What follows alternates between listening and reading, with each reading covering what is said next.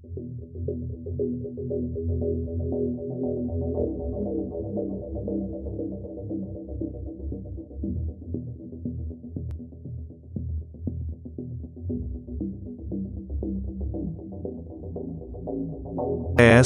25, pemuda asal Lampung Timur yang melakukan penganiayaan dan percobaan ruda paksa kepada ibu kandungnya, MS, 46, saat ini sudah diamankan kepolisian.